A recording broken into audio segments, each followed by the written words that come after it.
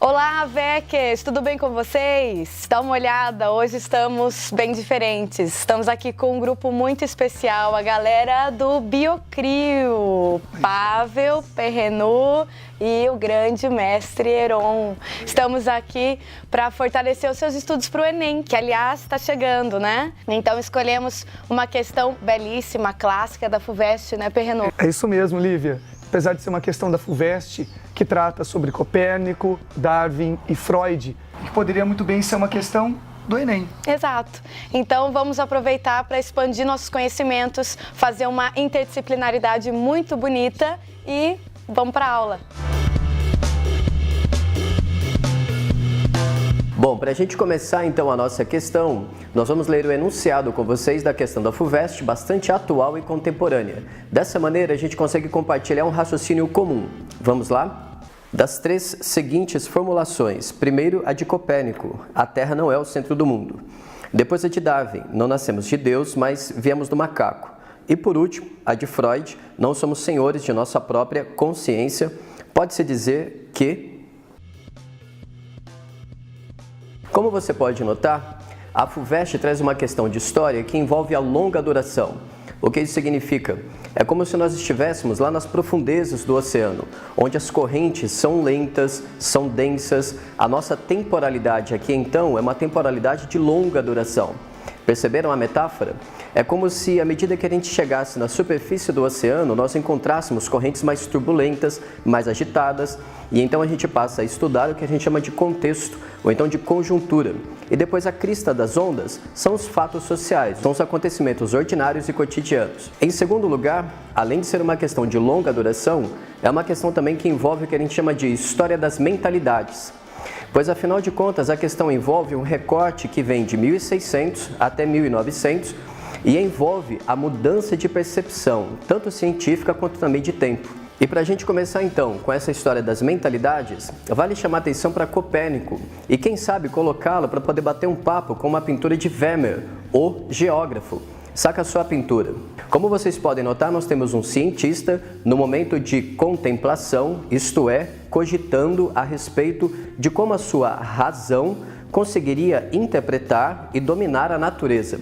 Em torno dele você tem uma série de instrumentos, de técnicas para a interpretação dessa natureza, como por exemplo o astrolábio, a bússola, o sextante e até mesmo o compasso. Dessa maneira então, com Copérnico, a gente consegue romper com a escolástica, ou seja, com uma visão de mundo geocêntrica. Então a gente tem que ler Copérnico como um momento de ruptura, porque afinal de contas, a nossa razão é um mero instrumento para compreender um cosmos, ou seja, uma ordem cósmica muito maior. E dessa maneira, então, a razão passa a ser somente um dos fundamentos para compreender uma totalidade. Tá legal? Agora com vocês para tratar de Darwin, Biocrio. Olá, galera do VEC, aqui é o professor Heron, professor do Biocrio.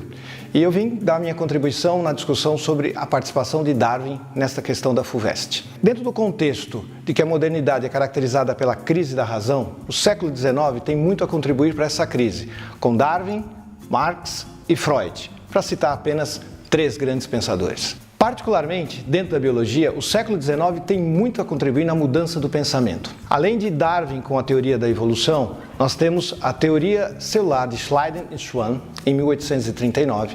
Nós temos o início da genética com Mendel, 1865, e a descoberta do material genético por Michel, em 1869. No entanto, essa imprecisão não compromete a questão. O que a gente lamenta é que a FUVEST está reforçando uma ideia que não tem nenhum fundamento histórico e que pensamentos como esse custaram muito caro a Darwin, porque seus opositores usaram isso ou por ignorância ou por má fé. Quanto à questão da FUVEST, inicialmente a gente tem que fazer um comentário. Há um erro na sua proposição. A questão afirma que Darwin disse que o homem veio do macaco. Isso é falso. Em momento algum, Darwin fez essa afirmação, nem no livro A Origem das Espécies, nem no livro A Origem do Homem. Darwin afirma que homens e macacos, os símios, tiveram uma origem comum, mas nunca disse que o homem evoluiu a partir do macaco. Então, voltando à questão. Ao afirmar que não viemos de Deus, mas que nascemos do macaco, Darwin estaria tirando o homem da posição de criatura feita à imagem e semelhança de Deus e colocado no mundo animal, sujeito às mesmas leis da natureza, ou seja, somos frutos de um processo de evolução, somos frutos de um processo de seleção natural, como qualquer ser vivo.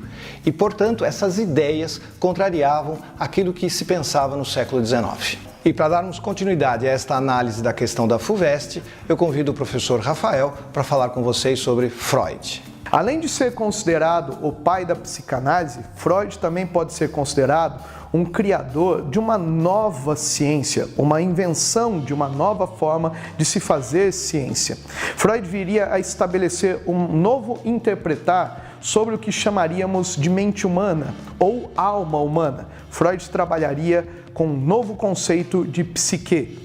A psique humana não seria, portanto, apenas um campo da consciência, da soberania da razão, mas uma área estabelecida em id, ego e superego. Na obra freudiana, veríamos a quebra da tradição cartesiana, racionalista e consciente da mente humana. Freud, o sábio de Viena, o médico que teve origem humilde de uma família hebraica, viria a partir dos seus estudos sobre a neurologia tentar tratar de pacientes com chamada histeria, doenças que não teriam causa aparente. E a partir da avaliação desses pacientes, ou no caso das pacientes, mulheres com histeria, Freud iria desenvolver a sua nova forma científica, a psicanálise.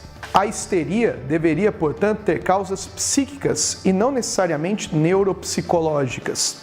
Isso significa que a consciência humana e as causas que dariam origem à neurose, que dariam origem à histeria, elas deveriam ser desbravadas nesse continente desconhecido da mente humana chamado inconsciente. Como havia dito anteriormente, a nossa mente teria, portanto, 3 grandes áreas. O id, que seria a nossa pulsão animalesca, a nossa pulsão de selvageria, que não temos necessariamente um controle racional. Teríamos o superego, o supereu, ou seja, uma voz soberana que limita os nossos impulsos, limita nossas escolhas, nos estabelece, portanto, regras de convívio como indivíduos em sociedade, e o ego, aquilo que chamaríamos aí da parte consciente, daquilo que definiria a nossa personalidade. No entanto, na obra freudiana, o ego consciente de origem cartesiana, tão famoso na modernidade, não seria a voz soberana sobre nós. Na verdade, o inconsciente, este campo oculto, esse continente não desbravado, estabeleceria este domínio sobre a nossa personalidade, sobre os nossos desejos, sobre os nossos temores, sobre todo o campo desconhecido dos nossos comportamentos. Como Freud, no começo do século XX, teríamos que estabelecer as seguintes perguntas: quais seriam as causas ocultas das nossas neuroses, das nossas patologias que estão, então, em algum lugar no nosso inconsciente? Mas como que o paciente, o doente, aquele que está com um problema patológico, poderia saber disso? Afinal de contas, a sua própria mente criaria labirintos de interpretação e ocultações, ilusões, para que não tivéssemos acesso às causas finais das nossas dores. É nesse momento que a figura do psicanalista, do terapeuta, entra em questão. Era necessário um terceiro indivíduo para que pudesse interpretar as nossas dores. Freud afirmou: o paciente tem sempre a razão. Era necessário, portanto, escutar aqueles que tinham algum problema psíquico. E assim a figura do terapeuta, o psicanalista, organizaria essa narrativa e interpretaria as verdadeiras causas dos problemas que estão na nossa mente. A partir de estratégias da narrativa do paciente, o psicanalista conseguiria tratar, ou quem sabe até mesmo curar, as patologias que estavam em questão. A doença do paciente, a patologia, seria um tipo de adversário que deveríamos aprender a lidar com ele, porque afinal de contas poderíamos considerar que a doença tem uma razão de existir, a patologia na psique tem um porquê de existir, tem a ver com o nosso ser, com a nossa identidade. Poderíamos, portanto, confrontá-lo e até mesmo aprender com ele. progredir com ele ou evoluir com ele. E saindo dessa perspectiva do divã freudiano terapeuta, nós voltaremos agora à análise final da questão com o professor Fábio Monteiro. Até lá. E aí, que tal? Genial a participação, né, do professor Heron e também do Rafael. Penso que agora você tem as melhores condições para poder mandar bem nos vestibulares. Sendo assim, vamos às alternativas. A letra A vai justamente na contramão do enunciado. Afinal de contas, a modernidade, cujo ápice é a teoria psicanalítica ou então as ciências psicos, baseada em Freud, coloca a razão em suspeição. O que isso significa? Levanta a suspeita de que, de fato, nós seríamos donos do que falamos ou então até mesmo do que pensamos, porque leva em consideração o inconsciente e o subconsciente. A letra B responde à questão, porque, afinal de contas, ela traduz todo o raciocínio do enunciado em outras palavras. Lembre-se sempre, quando a sua questão é de humanas, a tua alternativa adequada, a correta, é aquela que traduz o enunciado em outras palavras. E dessa forma, o enunciado coloca em xeque a razão e também conceitos como certeza, convicção e segurança vão por água abaixo. Certo, Bauman? A letra C até que pode causar uma certa confusão teórica, porque afinal de contas envolve o conceito de empiria. Empiria é aquilo que é matéria, aquilo que é sólido e é concreto, ou seja, aquilo que tem substância. Isso quer dizer que a ciência moderna, sim, é baseada no exercício do empirismo. Porém, ao longo do século XX, a gente viu que progresso material e tecnológico nem sempre é sinônimo de progresso moral. Combinado? A letra D não responde à questão porque nós não estamos tratando de astronomia. E a letra E também não sou absurda, afinal de contas nós estamos no vestibular, no concurso público, então deixa esse papo de criacionismo de lado, tá legal? Portanto, a correta é a letra B, de Biocrio.